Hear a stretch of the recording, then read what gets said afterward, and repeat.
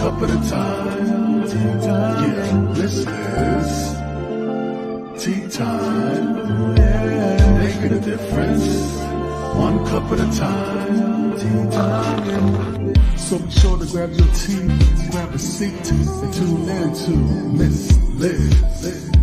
Tea time. Making a difference. One cup at a time. Tea time. Yeah. Tea time.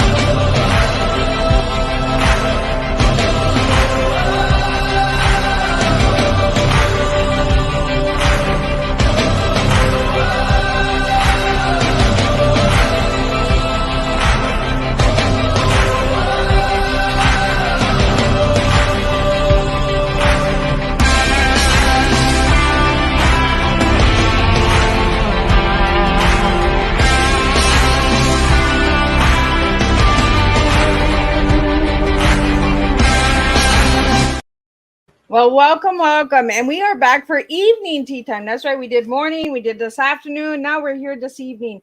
And tonight I have a Canadian author, a Canadian advocate, and a Canadian kickboxer. That's right. We're doing Canada. We did United States this afternoon and this morning. Now we're in Canada.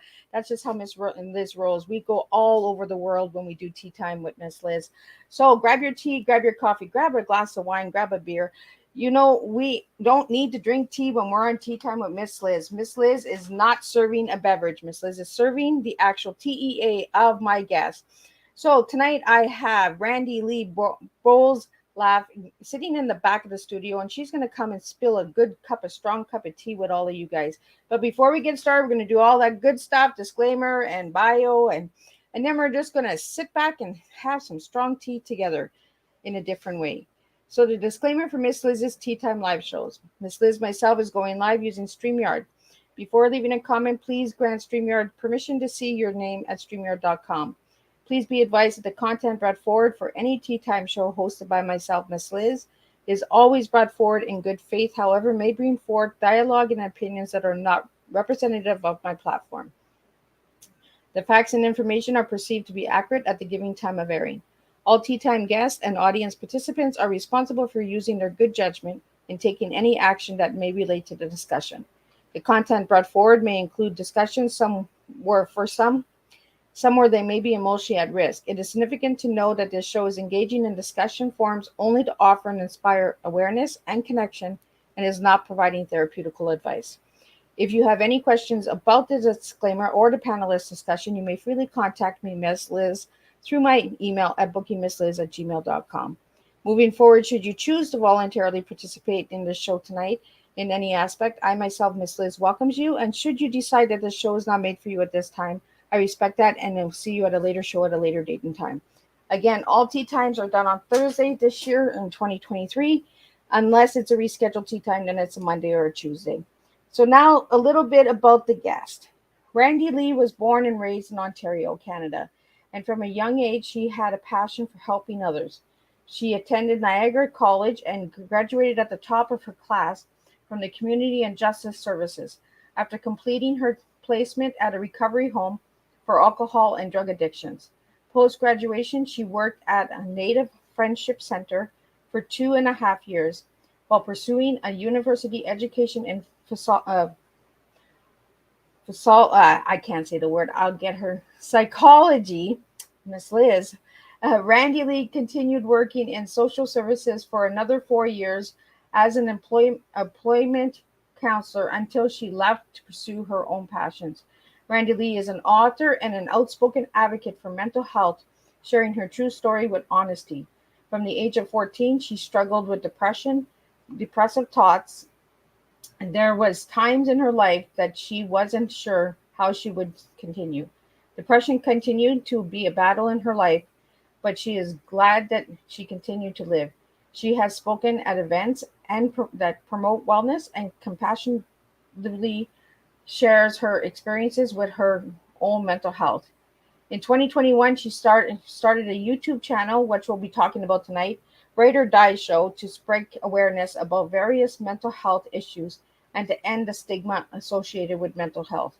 Growing up, she never felt that fit, she fit in, being the last to understand jokes and confused about many emotions that she saw on others. In 2021, she finally had answers to questions about herself that's been nagging at her. She was diagnosed with moderate autism, so we'll be speaking about that as well. And another of Randy Lee's passions is kickboxing, what she has been doing for about 10 years. She was a Canadian national champion in kickboxing in 2015, competed at the World Kickboxing Tournament later that year, and in 2016 competed at the Pan Am Games, where she received silver in her division in 2020 and was chosen as one of the coaches for the Ontario Winter Games, where she inspired and coached young athletes. Now, for more on Randy, because I want to get Randy in here and I want her to spill a good, strong cup of tea with you, you can check out her full bio on Miss Liz's Facebook page. So let me get Randy in here. Welcome, Randy. It is nice to have you here. Thanks. Nice to be here. So tell us a little bit who Randy is as a little girl and who she is now as a big lady. Oh, I'm pretty much exactly the same. I say that because daycare workers that I had when I was like little, they've run into me as an adult and they're like, "Oh, Randy, how are you?" And I'm like, "I don't know how you look. I don't remember you." But apparently I look exactly. Well, that's good when we don't age, right? When people look back and they're like, "You still look like that little kid that I taught in school." Right? And I'm just like, okay. But no, I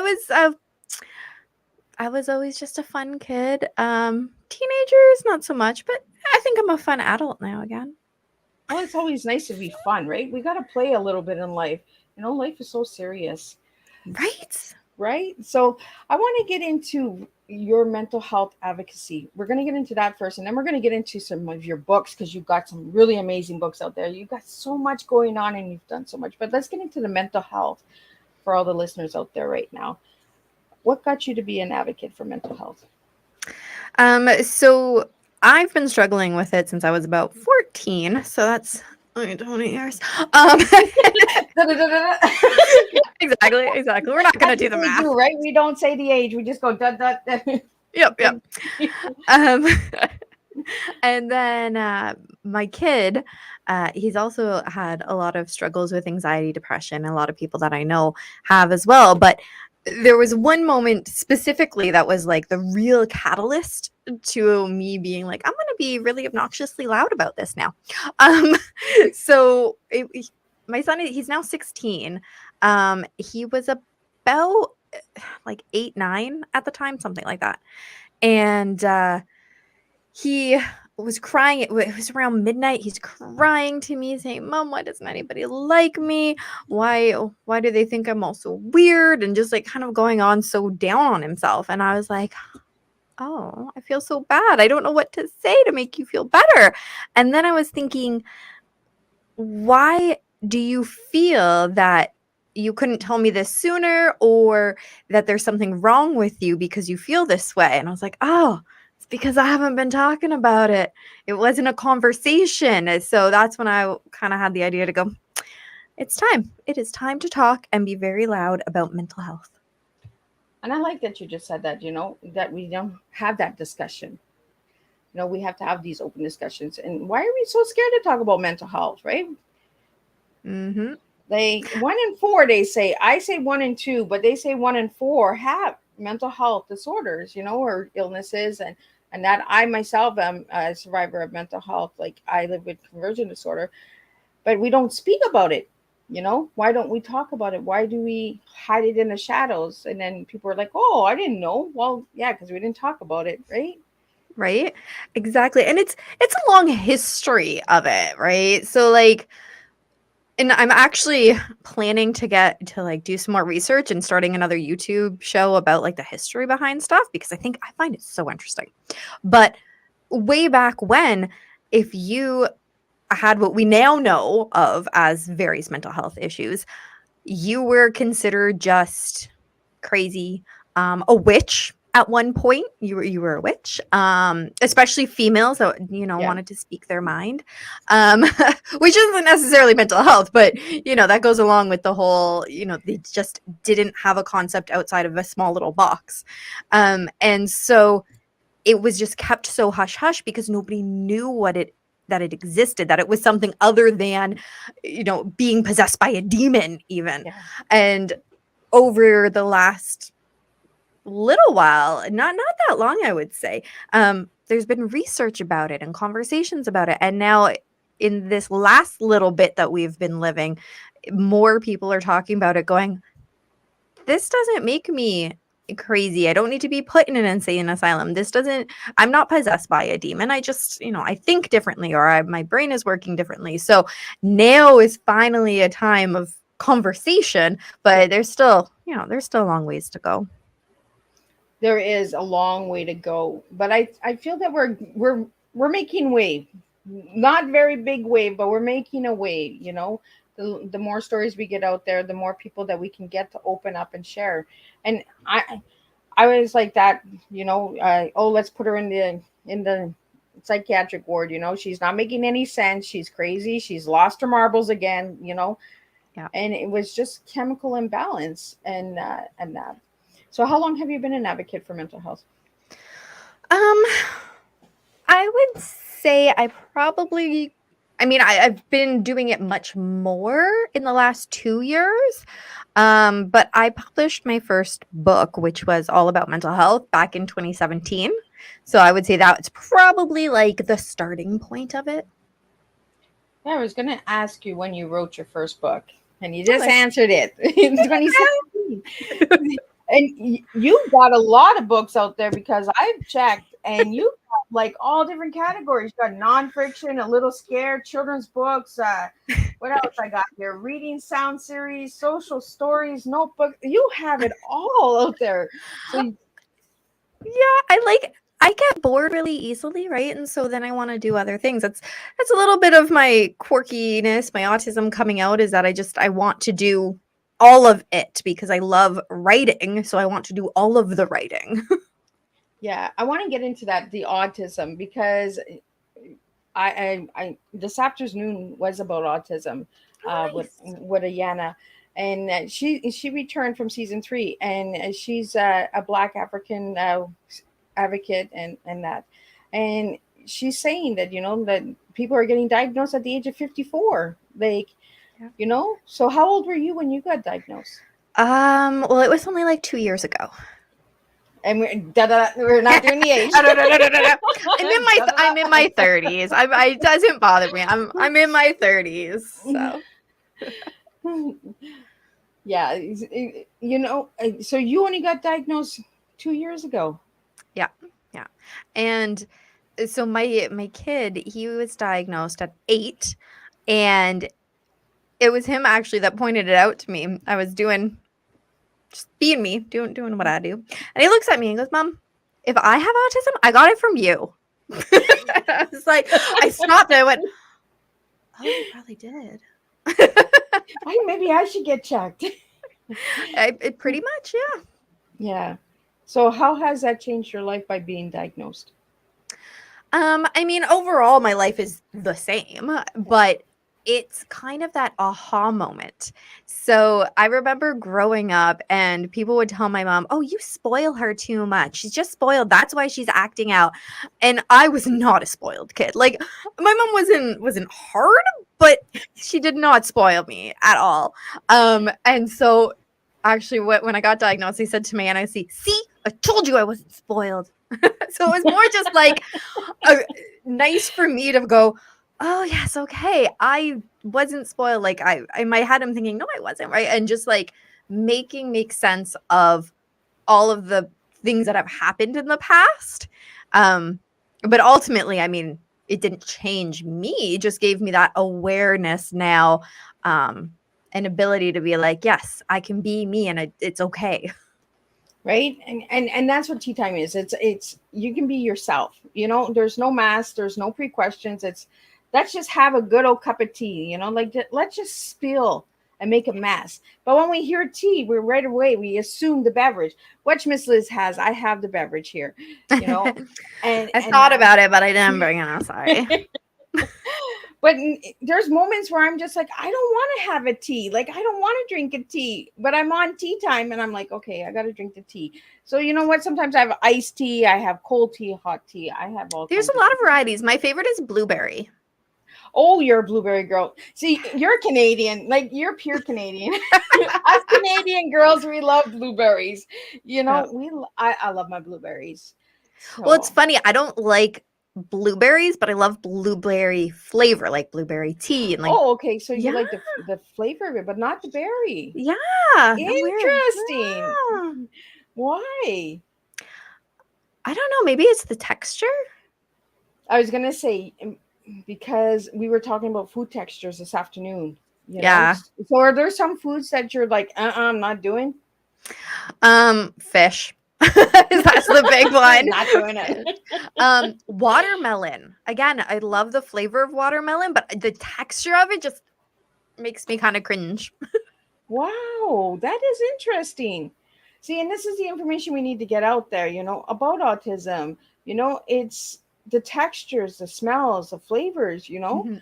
that they make you like over sensitized the textures or Not that much anymore as an adult. More when I was a kid. I can remember times, mostly with my dad, because my dad was that big proponent of you have to eat everything on your plate. But he would make my plate for me, so I didn't have a say in what it was or how much of it I ate.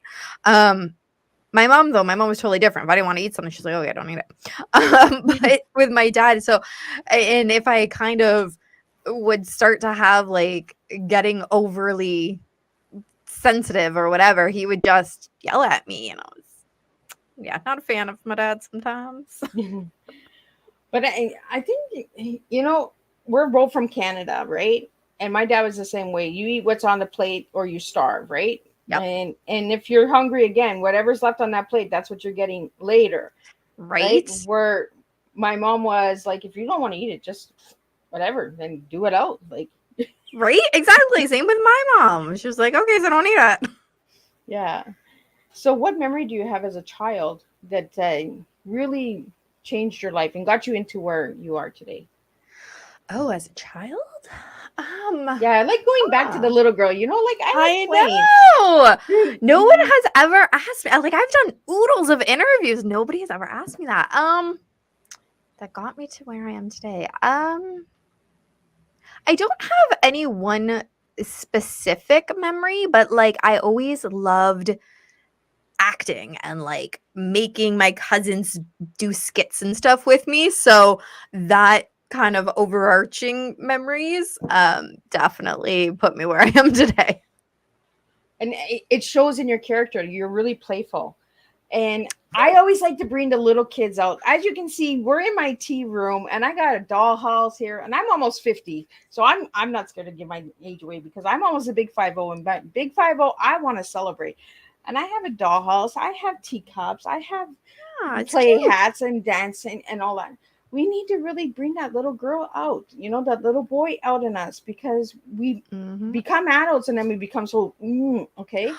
I was just saying to a coworker earlier today. So I am working with her and we're doing these like book boxes that people can get. So one of the things that's going in there is a really fun pen. And I was showing her the picture of the ones that I ordered and she goes, "Oh my gosh, they're so cute." I'm like, "I know, right?" And who decided when we become adults we can't have these fun things anymore? I don't get it. Right? Like, let's just have some fun. Like, let's be silly. Like, if it doesn't match, it doesn't match, and if we want to do arts and crafts with the big white glue that we had in school, let's just do it, right? Exactly. So when you're trying to express yourself, besides writing, what do you do, Randy? Like, do you do arts and crafts? Do you do I any love of that arts and stuff? crafts. Actually, the room beside me is gonna be the craft room. I love arts and crafts so much. When my kid was younger, we used to do a lot more of them. He's kind of not into them so much anymore. But now I've got like a whole wood burning kit. So I'm like, ooh, I'm going to get into that. And I love painting. Painting is so much fun. Wood burning. You're my Yes. kind of girl, man. I wish you were closer. Sorry. But we're not actually that far away. We're just a No. couple hours away from each other. So. It's true. You're probably one of the closest people that I've been like on a show with. Oh, really? Well, that's good to know. So you're from Ontario. So what does Ontario let me get that question going again. In Ontario, what is your favorite thing to do?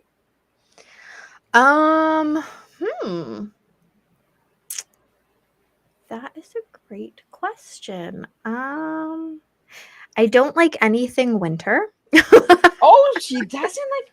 You're an Ontario girl. What is wrong, Randy? Nothing winter. I live in the most southern part, though. We don't Oh, yeah, actually get that much snow and stuff here. We have like a little bubble right here.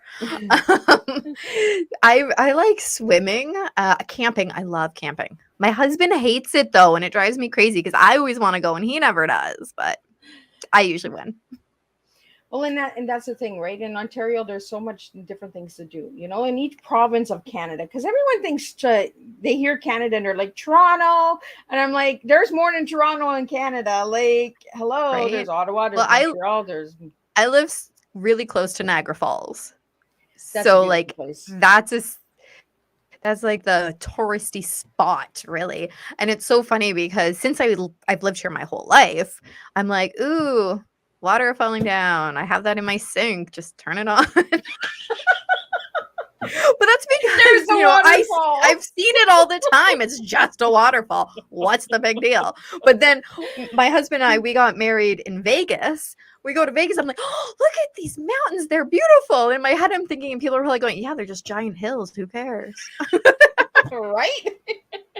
When we live in it, we're just like, we see that all the time. We don't want to see it anymore, you know? Exactly. Yep. Yeah. Niagara Falls is nice, but tap water is nice too. Right? It's just as easy. I can just turn on and then I don't have to be around all the tourists. So are you a big people person or do you like to stay to yourself? I'm kind of both. It really just depends on the day. So like I like being, this might sound conceited, it's not meaning to. I like being the center of attention.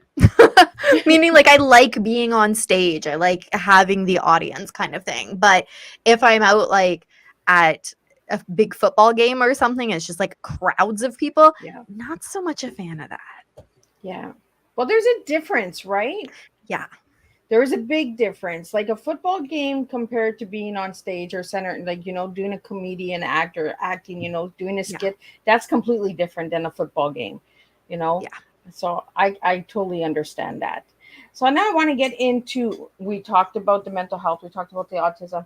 You have a book called Embracing Me. Could you tell me a little bit about that book? Because that book really intrigued me when I did some research on you. Yeah. So that one came out in 2021. Wow, my brain so just it's froze. one of the newer ones. It is. That was my last release. My newest release is coming out in 2 weeks, but that was my last big release. Ooh. And so that one is about depression. It really goes through, so I share my story, but it really goes through a lot of the coping strategies that I've learned over the years that I've been able to get from therapy and just different people I've talked to, and trying to just let people know it's okay. And that's why the title is Embracing Me, right? It's just embrace whoever it is that you are. And don't worry about everybody else. And so each chapter has a different focus. So like the first chapter is all about writing a letter to your younger self. And I put my letter in there. And then the second chapter is about expectations and how what we're told when we're younger kind of shape who we are when we're older. And sometimes that means that we have some work to do to get over those. Absolutely. Yeah. And then a really big part in that book is If you need medication, it's okay, you can take it. If you need to go to therapy, it's okay, go to therapy, right? And just really putting that it's okay message out there. And then at the end of the book, there's worksheets. So if I'm saying throughout the book, write a letter to your younger self, I know for me, if I read that in a book and there's nothing there for me to do it right away, I'm not going to do it. So, so that is good information, because as a writer, we want to know these things, right? That's good feedback. Exactly. Yeah. So I put all that stuff right at the back. So each chapter actually has a corresponding worksheet, so that if I'm saying do this, do that, then it's there for them. They don't have to find another book. They don't have to keep track of another book. They've already got this one in their hands. So it goes with that one. So are they like tarot sheets that you're putting in? Well, no, because I can't get them printed that way, but you could very easily cut them out if you wanted to, or photocopy them if you wanted more than one page of it. Tearaway pages would be great, but Amazon doesn't print them that way. Yeah, I know. I wish they would too, because especially when you're doing exercises, like I buy so many journals, and I'm just like, they ask me to do, but that's true. If it's not there, I'm not going to do it. I'll read it, and you're telling me to do it. But if the sheet is not there for me to do it, I'm not going to do it. Like, I got to go find a notebook. I got to find a journal. I got to find a pen. Way too many steps. Way too many steps. So that is good feedback for anyone who's listening, who's a writer and making books like this and journals and all that. Have the worksheets there and that. So that is really good, because I'm taking that in, because I have my books coming out on the 17th, and I wrote some exercises, and I myself did not put sheets. So I know that if Randi read the book, she would be like, oh, no, not doing it. Yeah, I'll be honest, I wouldn't. So this book that you have coming out in 2 weeks, what's the name of it? It's called Goodbye Too Soon. So could you tell us a little bit about that? Of course. So this one, another nonfiction, about mental health again. This time, though, it's about my brother's death. So it comes out on May 20th, because that's the 2-year anniversary of his death. And he died by a drug overdose. So the book is written from my perspective. So it's really for family members. I find that there's a lot of material out there for the person with an addiction, but there's not as much material out there for the families. There's some, but not as much.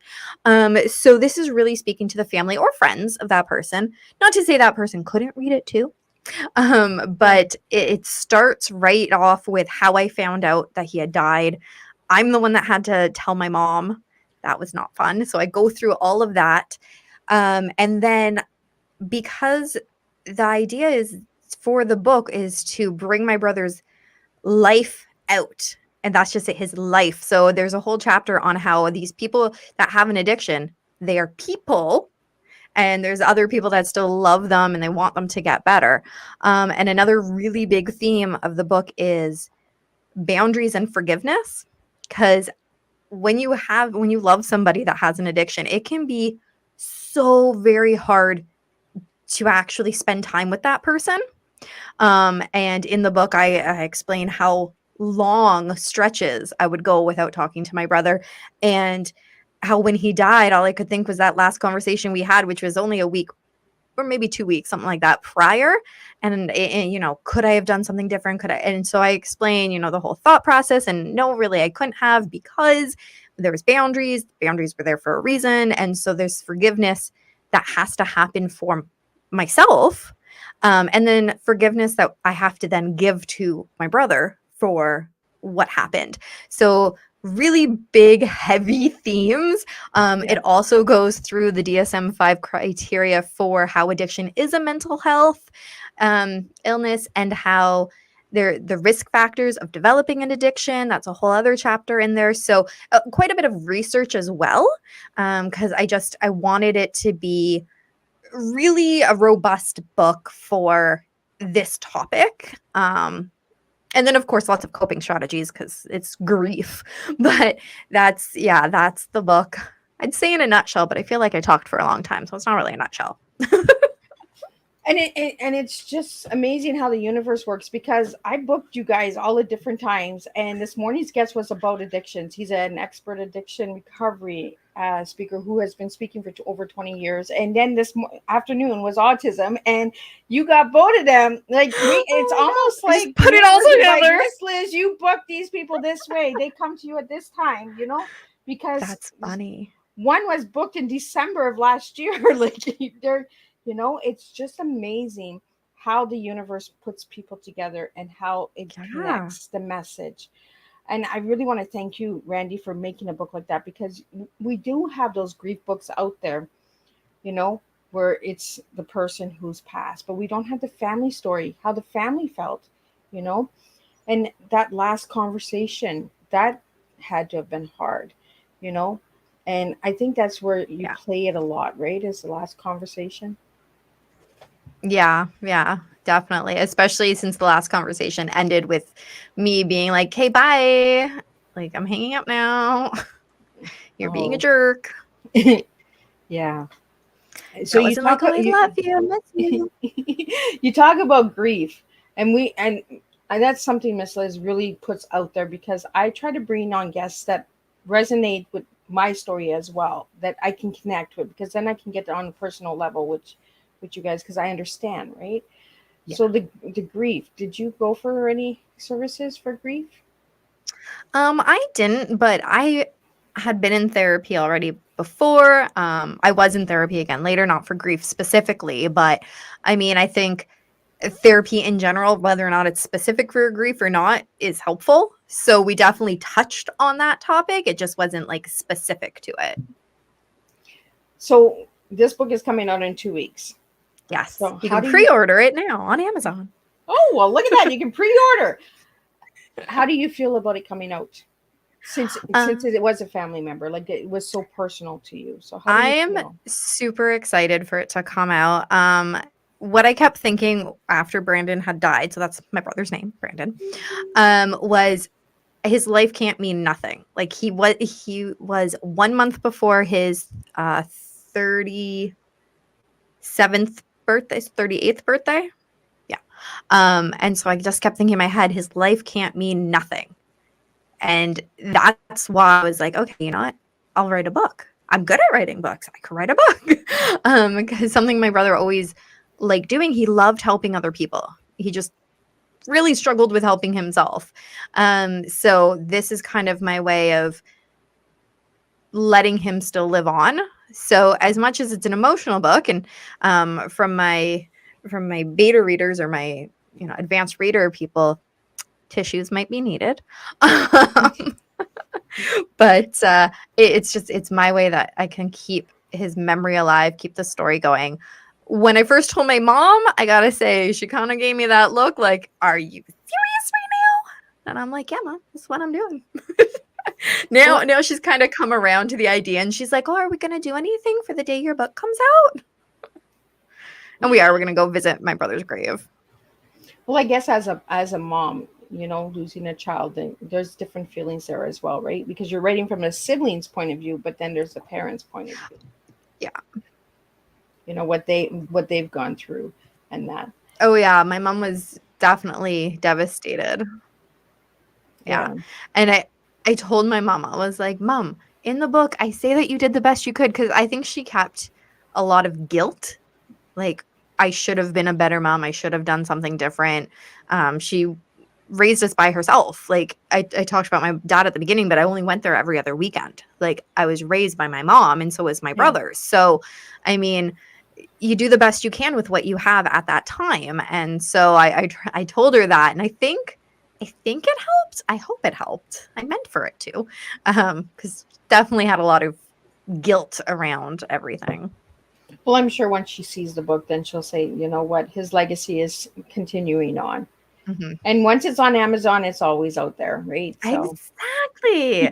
Actually, he was a really good artist. So I have a merch store, and some of his art that we had found, there wasn't much left, but some of what we did find, I put in my merch store, so that, again, it's still out there. It's something he was really good at. And then a portion of all the sales goes back to addiction services. Oh, well, that is really nice. So what kind of merchandise do you have in your store? So there's like shirts, sweaters, hats. What else is there? Cups, pillows, lots of different random stuff. That's cool. So everyone can go to your website for that, right? Or your link tree. Where can Yeah, they get this? it'll come up in the link tree. If you go to the link tree, it'll say merch store and you'll get taken right there. Awesome. So you did do some work in community and justice services. So what got you into that? I kind of fell into it. So You that's fell the down the program rabbit hole and went in I did. That's the program that I took in college. So it ended up when he's my husband now, but when we first started dating, he was going to college that September. We started dating in um, beginning of June. And so most college programs were already totally full. And he's like, well, why don't you apply for something? Like, I can drive you. You live around the corner from me. I'll drive you. We'll just go together. And I'm like, okay. So there wasn't much left. And I ended up applying to community and or pre-community services because that was the only thing that was really open. And it's only a 1-year certificate program. Like, you can't really do much with it after, but I'm like, at least I'm there and it will get me started, right? After I was in there and I realized, oh, I can do this college thing. I like this. I like this. Well, I hated high school. I was Oh, really scared about going back to school because I hated high school. It was a horrible experience. I was picked on. That's when I was depressed. And so I just didn't know how it was going to go. Loved college. College was great. And so halfway through the first semester, I went, okay, so I know that this program is only a year long. I can't really do anything with it after. What am I going to do? So I kind of looked at what other programs kind of matched the courses I had already taken in first semester. So I didn't have to do like a whole bunch of redos. And that's how I ended up with community and justice services because it just matched. you just never know what rabbit hole you go into, right? And how life guides you to certain things, you know? And sometimes you find a passion and you love it. And I really like that you put that out there that you didn't like high school, but you love college. You know, so guys, if you're having struggles in high school, go to college. You're going to have fun. Randy put it out there. She had fun. She enjoyed herself in college. So, you It's know, so different. it truly, the experience is completely different, I gather. I've never gone to college. I've taken courses in that. I've never finished high school because I got married at a young age and all that good stuff. But thank you for sharing that because I think it's important for the listeners to hear that. You know, if you're struggling in high school, just keep pushing. Get to college. You're going to have a blast. You know? Exactly. Just the experience alone. Like, I'm not in the field that I went to school for anymore. Like, I did work in social services for like 6 years or so. And it was all right. It was fine. But I'm not in it anymore. But I would never go back and be like, oh, that was a waste of money. It absolutely was not a waste of money. The amount of things that I learned just about being an adult, being me, being on my own, huge. Like, college, the experience is so worth it. Awesome. So now I want to get into your tea because that's what we're here for. We're here for tea, but we're here for a different type of tea. So I'm going to ask you, what is your tea?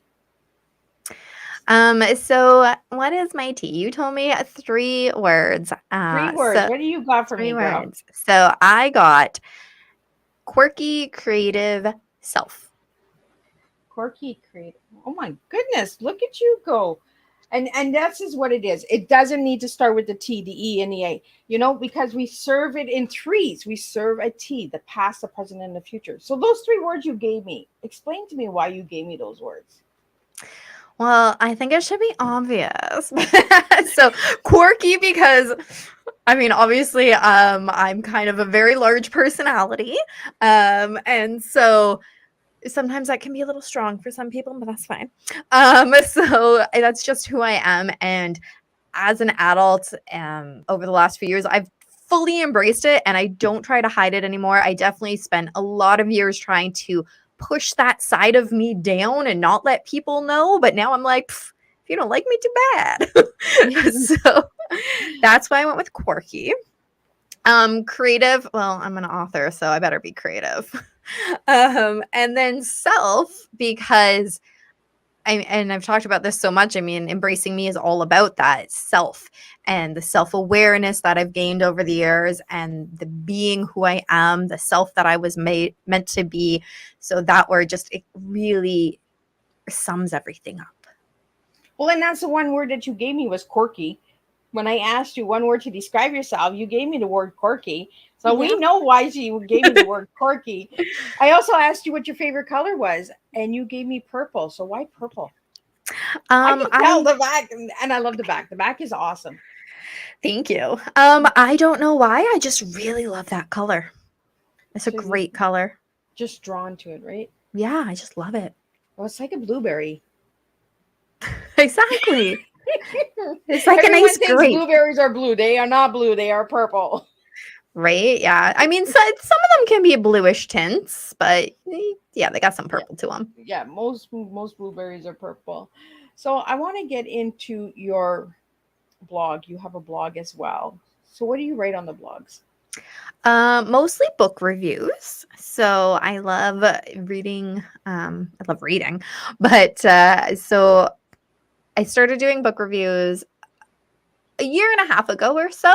And I figured, well, if I'm reading the book anyways, I might as well tell people about it. So I've read some really great things and some not so great things. But really, no matter where on that spectrum of greatness the book lies, it takes so much courage as an author to put pen to paper and to publish something that no matter what my feelings are about that book, you're going to get something that says, good job. Because it is hard to do that. It is. It's hard to write a book. A lot of people think, oh, it's just pen and paper. Try putting it all together, because you have the editing, and then you have the re-editing, and then you have the realigning, and it's like, no, I want it this way, but it doesn't make sense that way. So you got to put it this way. But when we write it ourselves, we're like, no, this is the way we want it. But then when somebody reads it and the editors read it, they're like, I'm not too. So then they'll put it up on the top or the bottom, and you're like, that's not the way I want it. Whenever I think I'm finished with one of my books, right, and I send it to my editor, I'm like, okay, here we go. And she'll send it back, be like, okay, I get where you're going with this, but like, I don't know your life story. And since you're talking about it, you need to put a little more details here so I can follow you.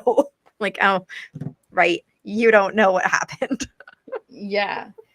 And do you find that you write in first person or third person when you're writing personal stories? First person. I usually write basically how I talk. Obviously, I have to edit it out a lot because I say a lot of other random words and sometimes they don't make sense. But I write the way I talk. So I've actually gotten some really cool reviews that's like, it feels like we're just sitting down for a cup of tea and just having a conversation. Right? Tea is so relaxing. It opens up a conversation, because as soon as you hear tea, you're thinking grandma's house. Let's go and have a conversation. Tell grandma all the good news. And that's what I want people that come on Tea Time to understand, that it's just like going to grandma's house. Grandma, I'm getting married. Right. Grandma, I'm having a baby. Grandma, I wrote a book. Like it's that time of good news and bringing and spilling and making a real big mess. We're not here to gossip. We're here to spread good awareness, So I want to get into the kickboxing, because our hour is just flying by. We're almost at the end here. So I want to know about the kickboxing. What got you into that? So like most things in my life, in a very weird way. So when my youngest was, what was he, like 5, 6, something like that, we put him in jiu-jitsu. And it was so cute watching him. I wish he would still do it, but he doesn't. Anyways, so we're sitting there, and during his class, there is this adult fitness kickboxing class going on. And I look over there, and there's a couple of ladies, and I go, they have really nice butts. I want a really nice butt. So I want a nice one. Yeah. So I joined the class, find out that they were actually runners, and that's where the butt came from. It wasn't from kickboxing. And I was like, oh, I don't want to run. I'm not running.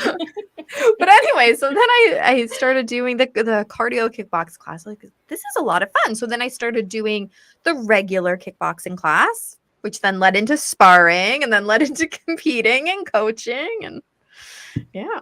So how did you find that experience to be?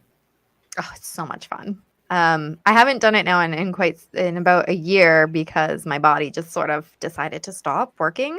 Um, but it is so much fun, especially like the people that I trained with.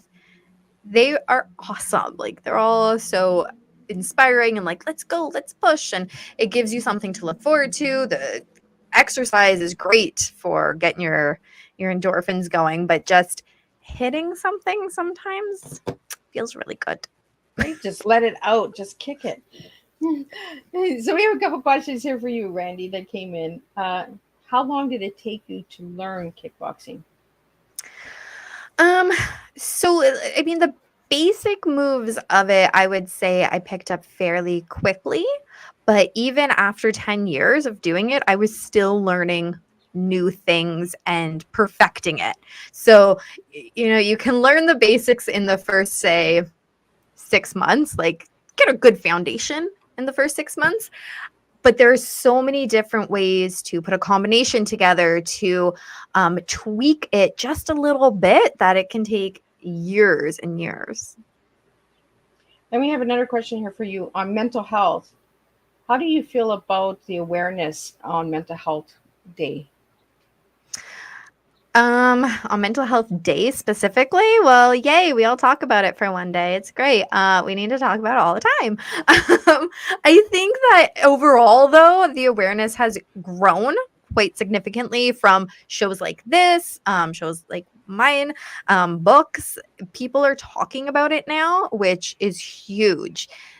It has to go quite a bit further, but I think that from when I was younger, as even just as a teenager in the early 2000s, huge improvement. Yeah. Yeah. And I feel the same way. We said that this afternoon about autism. We have these 1 days, but they don't seem to realize that people live with it 365 days.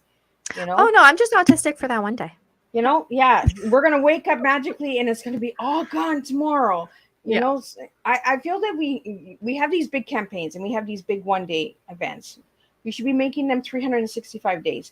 Make them smaller campaigns, make them more impactful. We're going to make more of a difference if we do it 365 days instead of 1 day where we raise $1 million and only maybe 2% goes to somebody who has mental disorder. Yeah. I think we can change that, even if we did it once a month, Yeah. every month. Keep the conversation going. 1 day a year is not enough conversation to make any difference. So we do have a question here about Ontario Winter Games. How do we find out about those? So for the Ontario Winter Games, it was trying to think how I found out about it now. Memories. I found out about it through the kickboxing organization that I was certified as a coach through. But there was like the Ontario Winter Games includes lots of different sports. So probably whatever sport that you are in, and that is for youth specifically, like that event is for kids under 18 to go and kind of get what they call an Olympic style experience. Oh. And yeah, it's pretty cool. Because we all went away for the weekend to, can't even remember the name of the place, but it was really cute little like lodging area, and then you had to go to the venue each day and then come back, and then so it was really neat, and you had to stay with your team. But whatever sport that you are in, your head coach or the head organization that you are in, they should have that information. And I believe that it happens every other year. So the one I coach was 2020, so it would have been last year, so there should be one next year. So it's almost like the Olympics then. Yeah, that they try to make it that kind of style, and then they even give away like the medals, and you stand on the podium and everything. Oh, well, that's really cool. Mm-hmm. So I understood your bio pretty good then when I did the video. You did. I try to make those videos really personal because I really want to show my guests respect on all of the accomplishments they've come, So I now want to get into the YouTube. How did you get that title for your YouTube channel? So the title is Write or Die Show. And I gotta give credit to my best friend. She came up with the name of it because I was drawing a blank. Well, not a complete blank, just none I liked. So I knew the concept. So the concept of the show is that I interview other authors and we talk about mental health from their personal perspective. And so when we were spitballing names back and forth, me and my friend, and she goes, "What about like Write or Die?" I'm like, "That's awesome because it incorporates everything and it's a nice little play on words from the Ride or Die."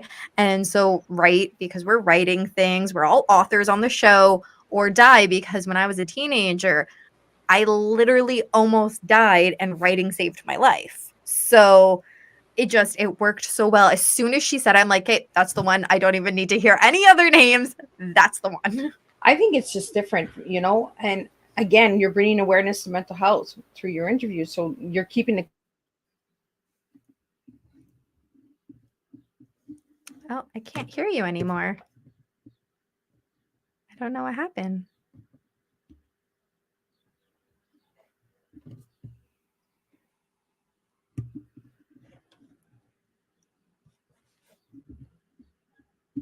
I don't know if it's on my side or your side. You got me now?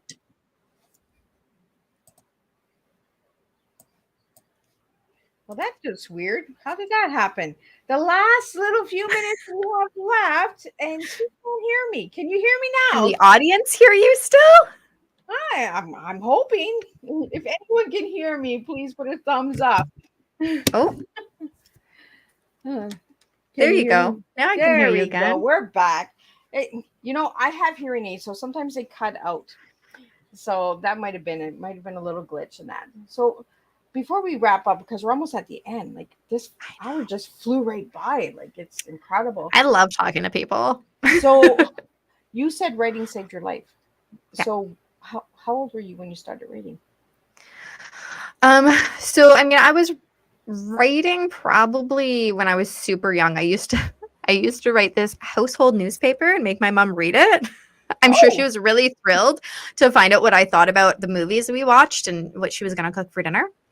And then I would write little skits and plays and make my cousins do them. But I really, really got into writing as a teenager. So around like 14-ish, that's when I started getting really depressed and I started using writing as my main coping strategy, which at the time I didn't know that that's what I was doing, but I was. So I started writing poetry, and that poetry is actually what became my first book in 2017. I took everything that I had written because I found it in my basement, put it together and published. so your first book is poetry. Yes. Awesome. I'm gonna have to grab me a copy of poetry. I love poetry. Oh. Yeah. Mine We all have rhymes. I so have this many thing, it things has that to are rhyme. similar. Like, I'm just like, I gotta get Randy's. But that Embrace book really got my attention, and I think it was a title of it. So Oh, good. how do you find your titles for your books? Um, they just pop into my head, normally like in the bathroom. Best ideas come then. Yeah, sometimes I don't even have it. Like I didn't have a title for that book when I started writing it. In fact, the first chapter is completely different than the first draft, which, happens quite a bit.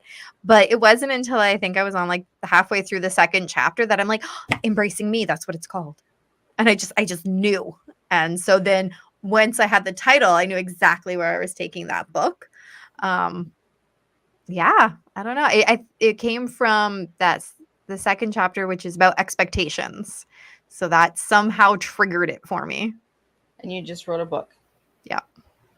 So you have some incredible titles here for the nonfiction. You have Thoughts of a Wanderer, A Mother's Truth, Embracing Me, Fiction, A Little Scare. Oh no, those are types. Fiction and A Little The Scare. fiction, yeah, Little Scares fiction. And then you have some children's books, Operation Deck the Halls and Diamond the Cat. Let's get into a little bit of the children's book before we wrap up, because we got a few more minutes here. I want to get into the children's book because I'm a grandma, so I want to see if I can get these. Me children's too. So Deck the Halls, that is a Christmas book. A little bit of nonfiction in there because it is a story that actually happened in my house. Oh, So it's about a child who just will not fall asleep, and then they're scared that Santa won't come because they're not sleeping. And then elf magic happens, and then Christmas is saved. oh my goodness! I'll have to grab that one. Yeah, And what it's about pretty fun. Diamond the cat? How did that one come about?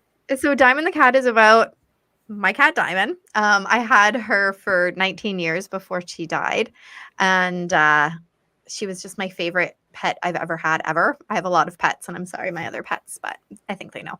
It was And always a favorite. yeah, I know. And well, she was my very first. So yeah, so it's for like really little kids. It's very simple rhyming sentences. So it's things like, "My name is Diamond. I'm a cat. I like to lay on my mat."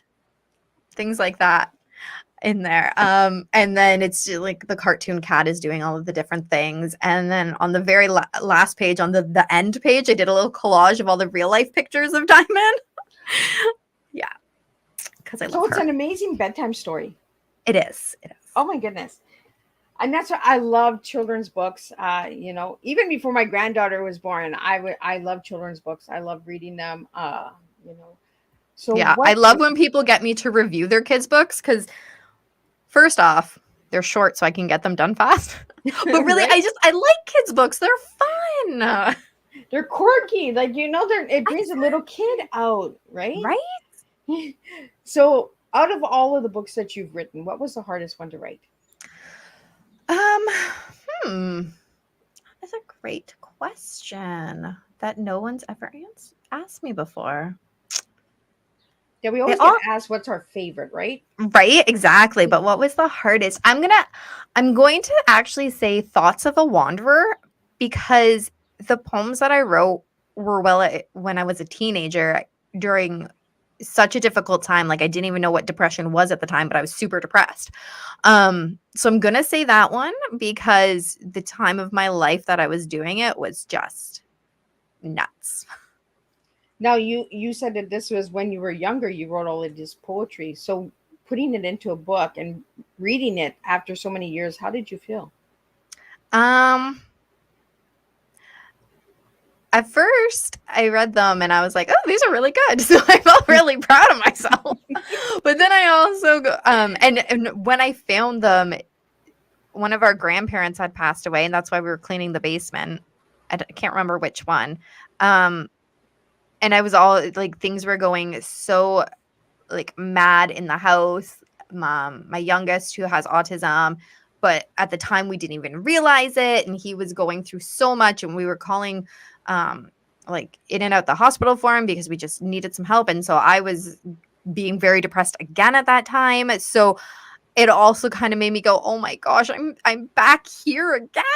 I don't want to be back here again."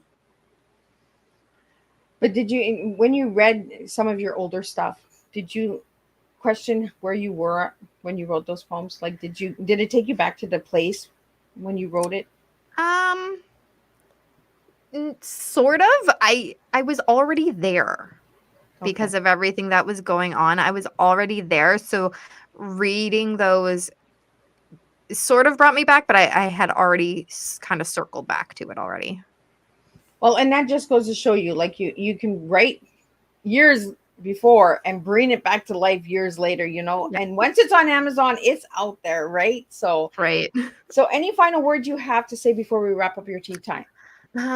Go pre-order my book. No. Well, not no. Yes, Absolutely, please your book do. is no, absolutely, get it out there, throw it out there, girl. Please go pre-order my book on Amazon. It's called Goodbye Too Soon. And if you want any of the other ones, go ahead. But I do want to say that this is kind of my catchphrase that I use on my show whenever I leave, is that the only way to end the stigma of mental health is to speak openly and honestly. Well, thank you so much for that. And it was a pleasure having you on Tea Time. I love when my guests are bubbly. Like, it makes it so much easier for the conversation. It's not like The hour goes pulling by the too strings, fast. right? Way too fast. Yeah, like the hour just flew right by. So again, go and grab a copy. It's going to be out in 2 weeks. Get your pre-order in there, and leave reviews. When you get a book, leave the Yes. reviews, because that's what actually makes a difference for all authors. So Again, thank you, Randy, for joining me on Tea Time. And I will see everybody next week for 3 different shows. And who knows, we'll maybe traveling to Australia. Just a little wink, wink. But we will see. Stay tuned and check out Miss Liz's Facebook page for all of that good stuff, or my website where you can RSVP all of these Tea Time guests. So again, thank you for joining me, and I will see everybody next Thursday, 10 a.m., 3 p.m., and 7 p.m. for 3 new shows, 3 new stories. So until then, have a good evening and a good weekend, and stay safe.